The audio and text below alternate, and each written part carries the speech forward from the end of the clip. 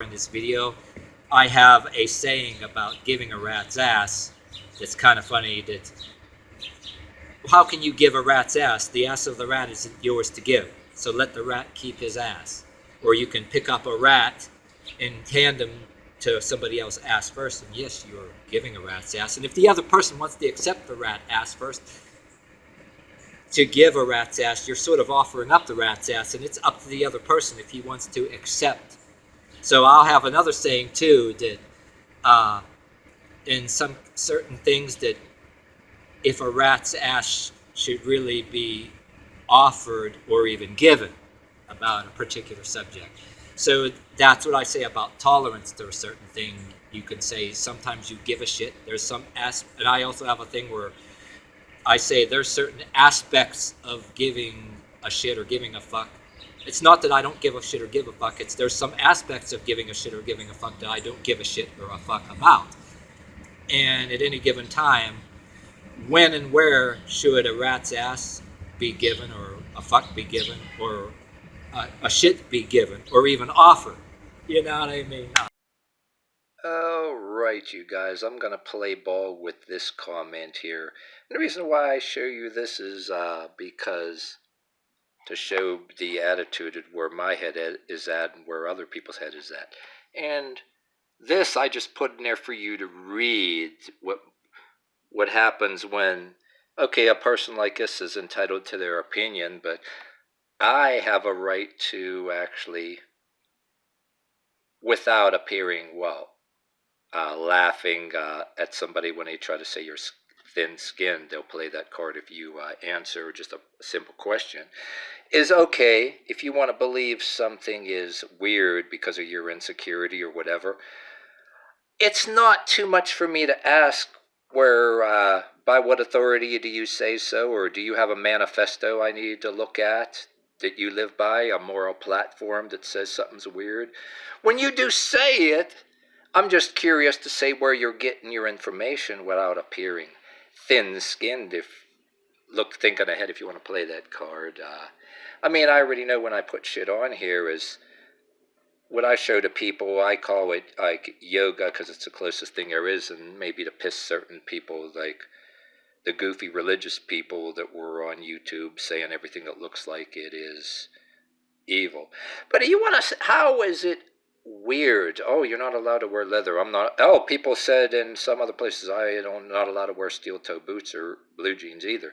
Oh, you have to wear some kind of. No offense to certain people that I look at by what they dress.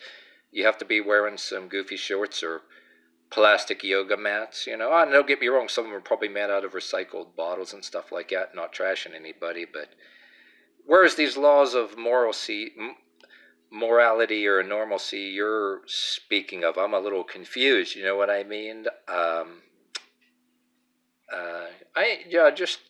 need to be more clear on that. Do me a favor, huh? Oh, another reaction on 1.2 is, are you shitting me?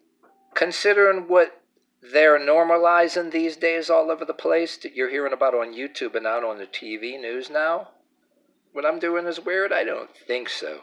But anybody who sees this, including this person, I'd like to know how you are on whether you agree with this guy or whether you don't. Where do you stand on all the other crazy shit now that they're making normal, which a lot of shit, which I always say is totally opposite of textbook psychiatry. Literally, they're breaking those rules and they want to rewrite the laws of textbook psychiatry to cater to these people. Literally, all the weird shit you've seen out there in the world. And oh, but me doing, okay, yoga and leather and steel-toe boots is weird. Oh, okay, if that belief floats your boat, but I personally think, to be polite, since you don't got no content in your YouTube, you're probably some lazy person with skinny arms, works at a fast food joint, a job you hate, still live with your parents, right? Skinny little arms, and maybe whatever little money you get spend on weed, cigarettes, and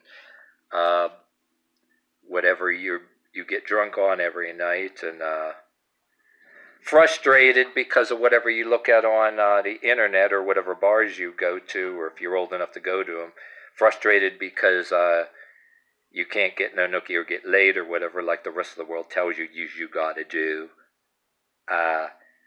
So you, I guess, will find what I'm doing wrong, and you feel small inside. But you don't got to do that. You got to find yourself something to make yourself feel better other than say what you're saying right now. And also, not just that, give me a scripture if you have religious beliefs, or a manifesto of some kind to back up the laws of normalcy that you say that I am in violation of. You know what I mean? That I'm not stupid, you know what I mean? This is more like don't even try to say thin-skinned either. I like to have fun answering people, and I love to give me a answer back and humor me, because I presume that when you say things like this, that you have some kind of moral platform that backs up your belief, or is it just something that you create out of your own insecure, somewhat delusional, miserable, lazy mind? You know what I'm saying? And I'm going to tell you one thing about this too, which I don't want to make a mistake and skip, because this is the most important part that actually, when people see me talking about this commenter here too, this is the most important thing, that's even more important than me doing this video to bash this guy or whatever too, that what people should be getting out of this. And it relates to people that make comments like this too, like say, especially if I presume that there's some kid or somebody almost my age that still lives with their parents and works little or not at all, and just sits there at a computer and gets high or whatever the hell and bashes somebody else. How I developed this in the first place, whether people think it's weird or not, yes, I do it leather, and I encourage it in steel-toed boots too, because for one thing, if you had to kick something or kick somebody, it's best to do it in steel-toed boots.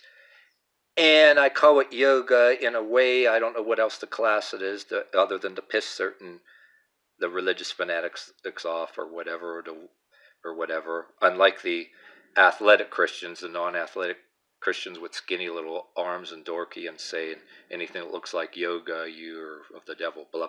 I ain't gonna go on about that, but my main purpose is showing in some of my other videos here my point.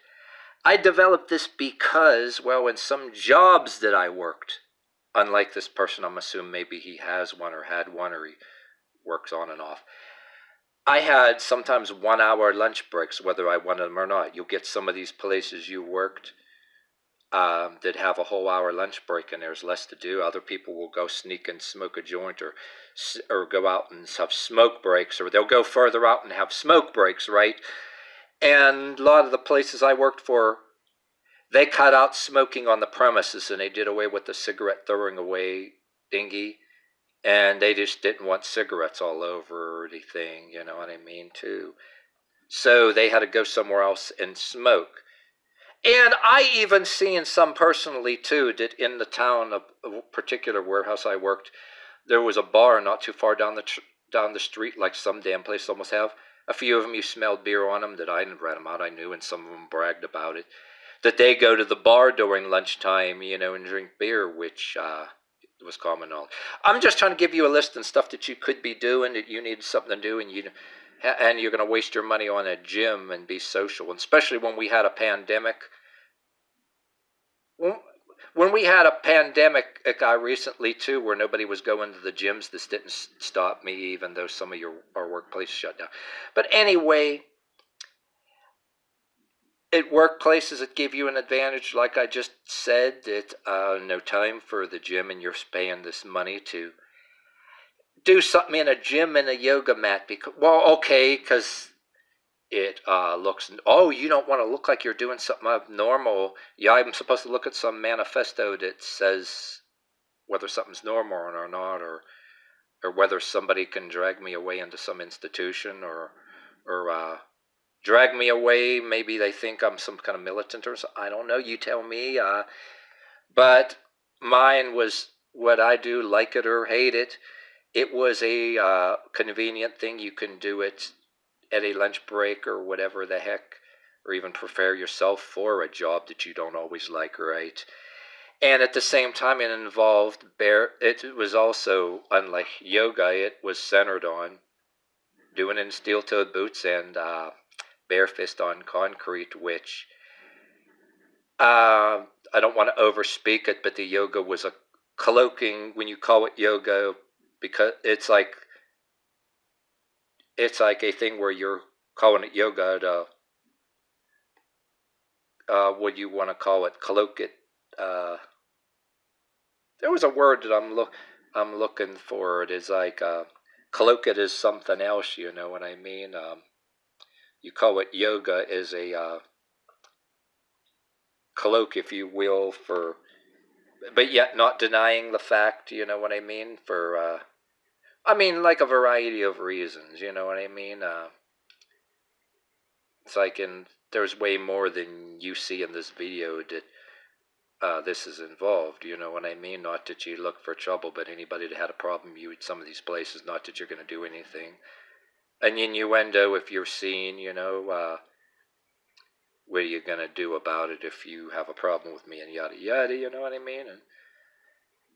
And it was a kind of a, I would say in some places where I have developed and done it at, it was considered challenging and confrontational, and it was considered as a territorial pissing, fractured the ego of some of your people that not always were bosses or whatever, you know, fractured the ego of certain people, you know what I mean? Because you were ultimately considered, it was considered not just challenging, confrontational, considered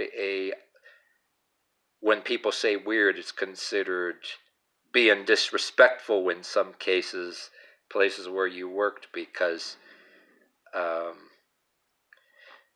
it was regarded not just disrespectful as a territorial pissing, and it was regarded as a status in yourself that some boss with skinny, flabby arms, you know, with some cheap tattoo that didn't like, or some boss with a beard and a beer belly, and an attitude, making claims of having some kind of perceived power or leverage over you, beyond or other than the place where you're working. So, and it was convenient too, outside of workplaces where people rode bike and wore their bike shorts and brought out their portable little yoga mats. I'm not that. I regard myself as more realistic. This is mostly for other people out there that already know me, that know this, and in case anybody comes across this, an explanation, this is for you too. You know what I'm saying? I'm trying to give you all the input I possibly can in this.